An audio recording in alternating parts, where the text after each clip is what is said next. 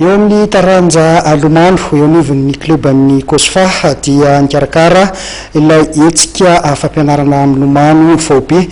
Olona miisa 700 teo ary no nahainy Lomano tao anatin'ny fotoana fohy dia fohy araka nambaran'ny mpikarakara. Hoentina aminao anatin'ity fanadihadiana ity izay vaovao izay.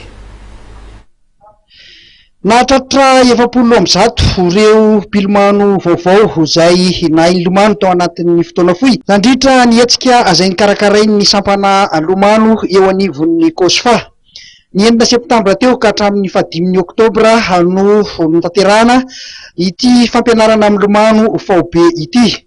9 taona ny zandry indrindra ary 770 taona no zokony indrindra fotoana fohy dia nahainy Lomano izy ireo. Tondra fanazavana mikasika indrindra izay ny tompona andraikitra iray eo anivon'ny Kosfa.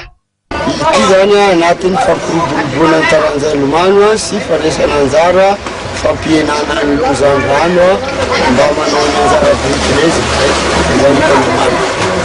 Fahitanao azy mora voarain'ireo izay nanatrika be le hoe izay tanjona tianareo apetraka izay hoe mahainy Lomano ao anatin'ny fotoana faran'izay.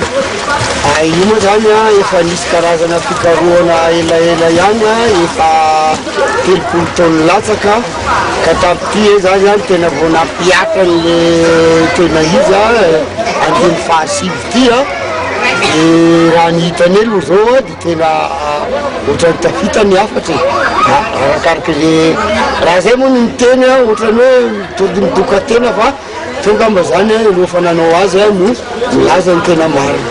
Inona indray zany ny hetsika manaraka na dingana manaraka ho an'ny Kosfa taranja Lomano? Raha ny anelo zany zao ankoatra ny fanarahana ny programme-ny ligue sy ny fédération dia anatin'ny fampiroboroboana ty Lomano ty ihany zany zay ary ty fao be ty oetrretinay hitety faritra zany fa mbola mitady mpanampy zay sy ny fotodrafitrasa afaka andray ny metra anazy rehefa zadra raha avy aty andeha any amin'ny faritra fa ny fepitoana fanaovana ny eto Antananarivo aloha zany ohatra tsy dia miova fa ny septambra oktobra ihany no anaovana azy.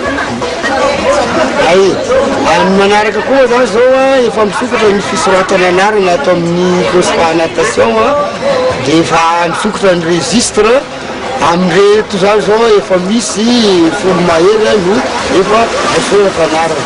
Manaraka an'izay moa zany misaotra ihany koa zany zay nandray anjara sy miarahaba izay rehetra tonga teto sady afadoza zareo no manana fitezam-batana aradrariny andano sy afaka manana fialam-boly tsara tareha anatin'ny taranja Lomano anatin'ny rano.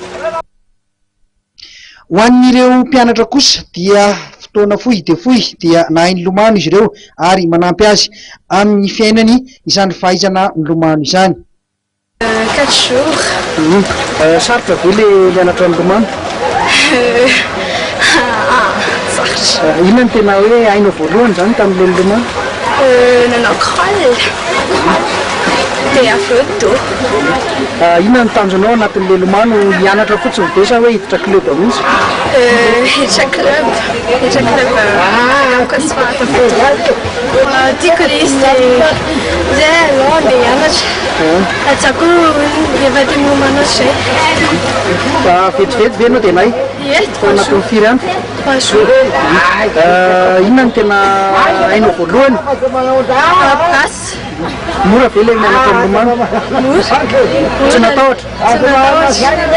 Hitako hoe tena ilaina zany izy amin'izay koa tsy matahotra an'any intsony ianao sady ilaina le natation zany amin'ny fiainana. Ianao ve hanao fialam-boly an'ilay izy fotsiny sa hoe hanao compétition mihitsy? Fialam-boly ka. Mora ve mianatra amin'ny Lomano?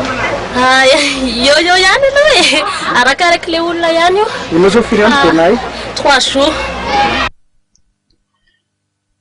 Efa andihan'ny fahasivy moa ty nitanterahana ity ary manomboka izao dia efa mikarakara ireo fisoratana anarana izay hiditra i Lomano ao anivon'ny Kosfa indray ny tompona andraikitra eo anivon'ny ity taranja Lomano ao anivon'ny Kosfa ity.